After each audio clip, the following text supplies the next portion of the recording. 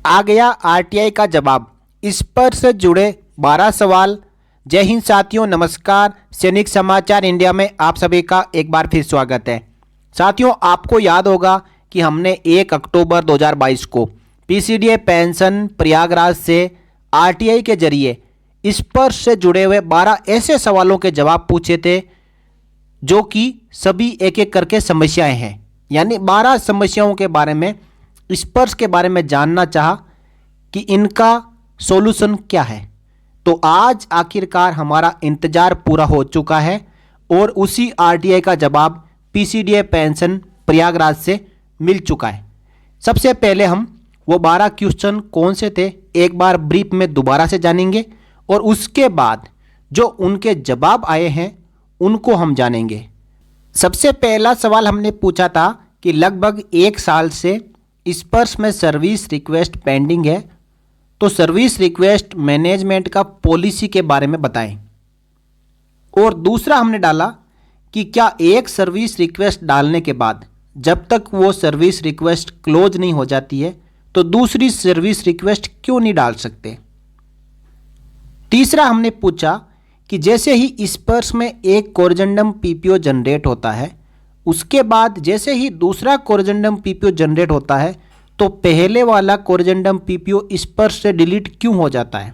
चौथा क्वेश्चन हमने पूछा था कि स्पर्श में जब सभी इंडियन पेंशनर्स है तो वहाँ पे नेशनलिटी अपडेट या तो की नहीं जाती है या फिर अदर देन इंडिया क्यों अपडेट की जाती है और उसको इंडिया वापस, यानी इंडिया के अलावा कोई कंट्री वहाँ पे अपडेट स्पर्श द्वारा कर दी जाती है, तो जब उसको इंडिया करने जाते हैं तो सिटीजनशिप सर्टिफिकेट क्यों मांगा जा रहा है। नेक्स्ट है साथियों कि आधार डेमोग्राफिक वैलिडेशन फेल की समस्या क्यों आ रही है, इसके पीछे कारण क्या है। अगला क्वेश्चन हमने पूछा था कि इलेक्ट्रिक बिल, पासपोर्ट और ड्राइविंग लाइसेंस ही क्यों मांगा जा रहा है स्पर्श के मैनेज प्रोफाइल के दौरान। जब डिस्चार्ज बुक और पुराना पीपीओ एक पेंशनर के पास अवेलेबल है तो डिस्चार्ज बुक और पीपीओ मांगा जाना चाहिए, उसकी जगह इलेक्ट्रिसिटी बिल, पासपोर्ट और ड्राइविंग लाइसेंस क्यों मांगा जा रहा है। नेक्स्ट क्वेश्चन हमने पूछा था कि स्पर्श में ट्रेड, यानी सेना में हर एक जवान का, पेंशनर का ट्रेड होता है, तो वो ट्रेड गलत अपडेट किया जाता है या फिर अपडेट किया ही नहीं जाता है, तो उसके लिए क्या सॉल्यूशन है। नेक्स्ट है साथियों, एमएससीपी ग्रांटेड होता है एक पेंशनर को, लेकिन स्पर्श के अंदर उसको अपडेट किया ही नहीं जाता है। जब एक पेंशनर द्वारा अपडेट करने के लिए जाते हैं तो वहाँ पे पार्ट 2 ऑर्डर की कॉपी मांगी जाती है, तो एक पेंशनर पार्ट 2 ऑर्डर कहाँ से लाए। साथियों, यहाँ जो क्वेश्चन पूछे गए थे वो प्री 2016 और पोस्ट 2016 दोनों को मिलाकर पूछे गए थे। आपका यहाँ पे क्वेश्चन हो सकता है कि हमारे को तो ये ऑप्शन दिखाई ही नहीं देते हैं, लेकिन कोई बात नहीं, जैसे ही प्री 2016 पेंशनर्स का माइग्रेशन हो जाएगा तो ये क्वेश्चन आपके लिए भी काम के होंगे। नेक्स्ट आता है साथियों एआईसीटी डिप्लोमा होल्डर। कुछ एक पेंशनर हमारे एआईसीटी डिप्लोमा होल्डर है लेकिन वहाँ पे नो अपडेट किया हुआ मिलता है, तो उसको यस करवाने के लिए क्या करना है। नेक्स्ट क्वेश्चन है साथियों, कोई जवान लो मेडिकल कैटेगरी होते हुए भी उसका जो यस और नो गलत अपडेट किया हुआ मिलता है, तो उसको एडिट और अपडेट कैसे करें, इसका सॉल्यूशन हमने पूछा था। और 11वां क्वेश्चन हमने पूछा था कि फैमिली का नाम अपडेट करते समय वहाँ पे एफिडेविट मांगा जाता है, जबकि एक पेंशनर के पास ईपीपीओ और डिस्चार्ज बुक है, उसके अंदर फैमिली का नाम भी है, तो फिर ये एफिडेविट पूछने का कारण क्या है।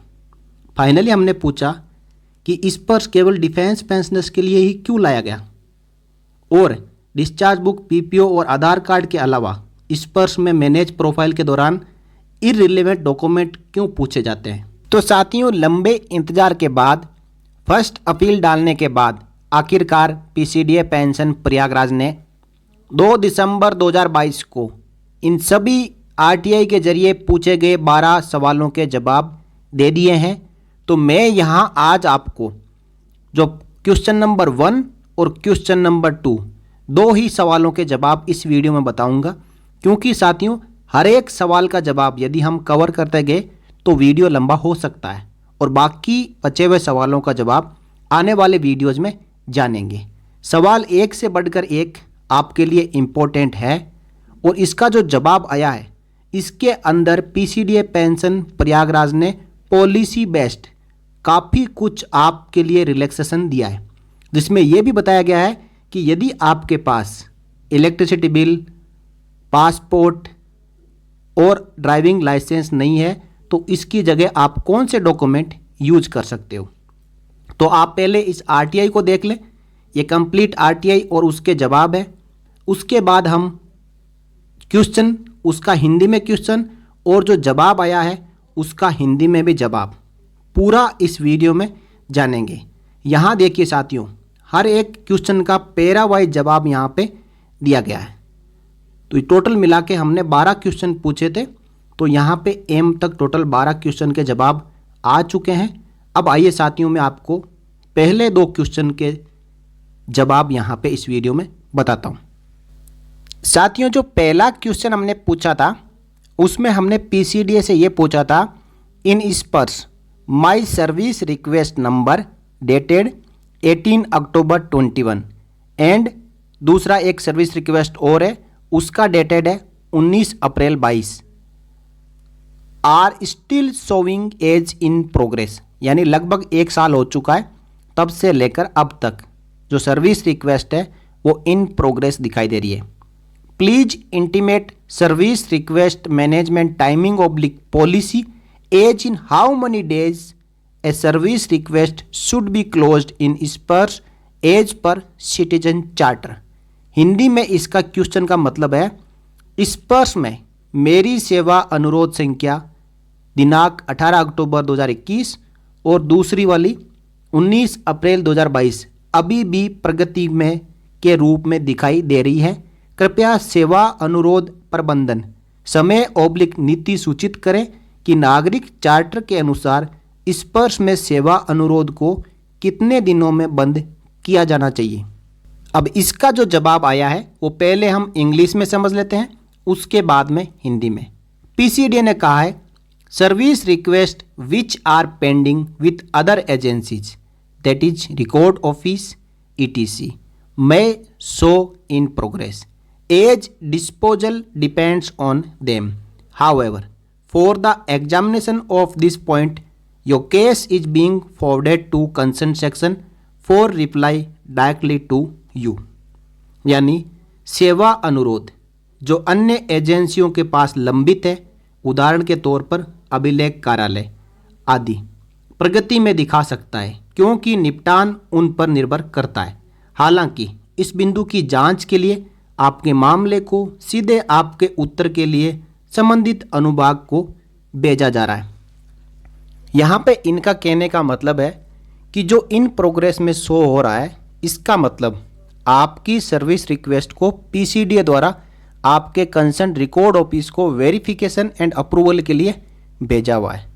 अब इनका कहना है कि आपका रिकॉर्ड ऑफिस जब इस सर्विस रिक्वेस्ट को वेरीफाई करके अप्रूव करेगा तभी ये प्रोसेस में आएगी, तब तक इन प्रोग्रेस में दिखाई देगी। अब साथियों, एक सर्विस रिक्वेस्ट पेंशनर पीसीडीए के पास भेजता है, पीसीडीए उसको रिकॉर्ड के पास भेज देता है। रिकॉर्ड ऑफिस में स्पर्श के ऊपर सर्विस रिक्वेस्ट को देखने वाला कोई नहीं है, इसलिए वो इसके बारे में यहाँ पे जवाब नहीं दिया है कि सिटीजन चार्टर के मुताबिक कितने दिन में क्लोज होनी चाहिए। इसके बारे में गोलमोल जवाब पीसीडीए ने यहाँ पे दे दिया है और पूरा का पूरा अपना जो टास्क है वो रिकॉर्ड ऑफिस के ऊपर छोड़ दिया है। इनका कहना है कि हमने तो अपना काम कर दिया, अब रिकॉर्ड ऑफिस इसके ऊपर कितना समय लेता है उसके बारे में इनको पता नहीं है। तो साथियों, इसके ऊपर अगेन हम रिकॉर्ड ऑफिस को आरटीआई डालेंगे और उसका जवाब जब आएगा तब जानेंगे। पहला क्वेश्चन यहाँ पे कंप्लीट होता है। अब जो दूसरा क्वेश्चन हमने पूछा था उसे देखिए। इन स्पर्श if a service request raised by spurs pensioner is pending since long time and the pensioner wants to submit second service request, then why there is a restriction saying that your previous service request is still pending, so your request cannot be processed। यानी स्पर्श में यदि स्पर्श pensioner द्वारा उठाया गया एक सेवा अनुरोध लंबे समय से लंबित है और पेंशनभोगी दूसरा सेवा अनुरोध प्रस्तुत करना चाहते हैं, तो ये प्रतिबंध क्यों है कि आपका पिछला अनुरोध अभी लंबित है, इसलिए आपके अनुरोध पर कार्रवाई नहीं की जा सकती है। ये साथियों, ये इश्यू आपने भी फेस किया होगा। आपने स्पर्श के मैनेज प्रोफाइल के लिए कोई सर्विस रिक्वेस्ट रेज कर दी होगी, वो अभी भी या तो पेंडिंग या इन प्रोग्रेस में शो कर रही होगी। जब तक ये इन प्रोग्रेस में शो कर रही होगी तो आप दूसरी सर्विस रिक्वेस्ट स्पर्श में नहीं डाल सकते। और यही क्वेश्चन पीसीडीए से पूछा गया था कि ऐसा क्यों। अब इसका जवाब इन्होंने दिया है, yes there is restriction, second और subsequent service request will be accepted by system only after disposal of previous request. हाँ, प्रतिबंध है, पिछले अनुरोध के निपटान के बाद ही सिस्टम द्वारा दूसरा या बाद का सेवा अनुरोध स्वीकार किया जाएगा। यानी इन्होंने क्लियर बता दिया है कि जब तक आपकी पहले वाली सर्विस रिक्वेस्ट कंप्लीट नहीं हो जाती है, यानी वेरीफाई, अप्रूव्ड और प्रोसेस्ड नहीं हो जाती है, तब तक आप दूसरी सर्विस रिक्वेस्ट स्पर्श में नहीं रेज कर सकते, यानी दूसरी कंप्लेंट आप नहीं डाल सकते। अब 3 इसकी स्टेटस होती है। जैसे ही आप सर्विस रिक्वेस्ट डालते हो, आपको वहाँ पे पेंडिंग शो कर रही होती है। पीसीडीए के ऑफिशियल्स जैसे ही आपकी सर्विस रिक्वेस्ट को वहाँ पे एक्सेप्ट करते हैं, ये इन प्रोग्रेस शो करती है। और जैसे ही वो वहाँ पे उस सर्विस रिक्वेस्ट को अप्रूव कर देते हैं, तो ये आपकी प्रोसेस्ड में आ जाती है। और यदि वो आपकी सर्विस रिक्वेस्ट को रिकॉर्ड ऑफिस को भेजते हैं, तो वो जब तक रिकॉर्ड ऑफिस उसको अप्रूव नहीं करेगा, तब तक वो इन प्रोग्रेस शो करेगी। और रिकॉर्ड ऑफिस के अप्रूव करने के बाद वो फाइनली प्रोसेस्ड दिखाई देगी। तो एक सर्विस रिक्वेस्ट आपके द्वारा डालने के बाद जब तक वो प्रोसेस्ड वहाँ पे उसकी स्टेटस में नहीं आ जाता, तब तक आप दूसरी सर्विस रिक्वेस्ट नहीं डाल सकते। और ऐसा ही यही जवाब दिया है पीसीडीए ने कि इसके ऊपर प्रतिबंध है, यानी रेस्ट्रिक्शन है कि आप एट ए टाइम एक ही सर्विस रिक्वेस्ट डाल सकते हो। तो यहाँ पे इस वीडियो में हमने जाने पहले 2 क्वेश्चन के जवाब। आपको यदि जानकारी अच्छी लगी हो कि ये आपके हितकारी है और आगे आने वाले जो 10 क्वेश्चन बचे हैं वो जवाब भी आपके लिए बहुत ही महत्वपूर्ण रहेंगे, आप वीडियो को लाइक करें, ज़्यादा से ज़्यादा शेयर करें।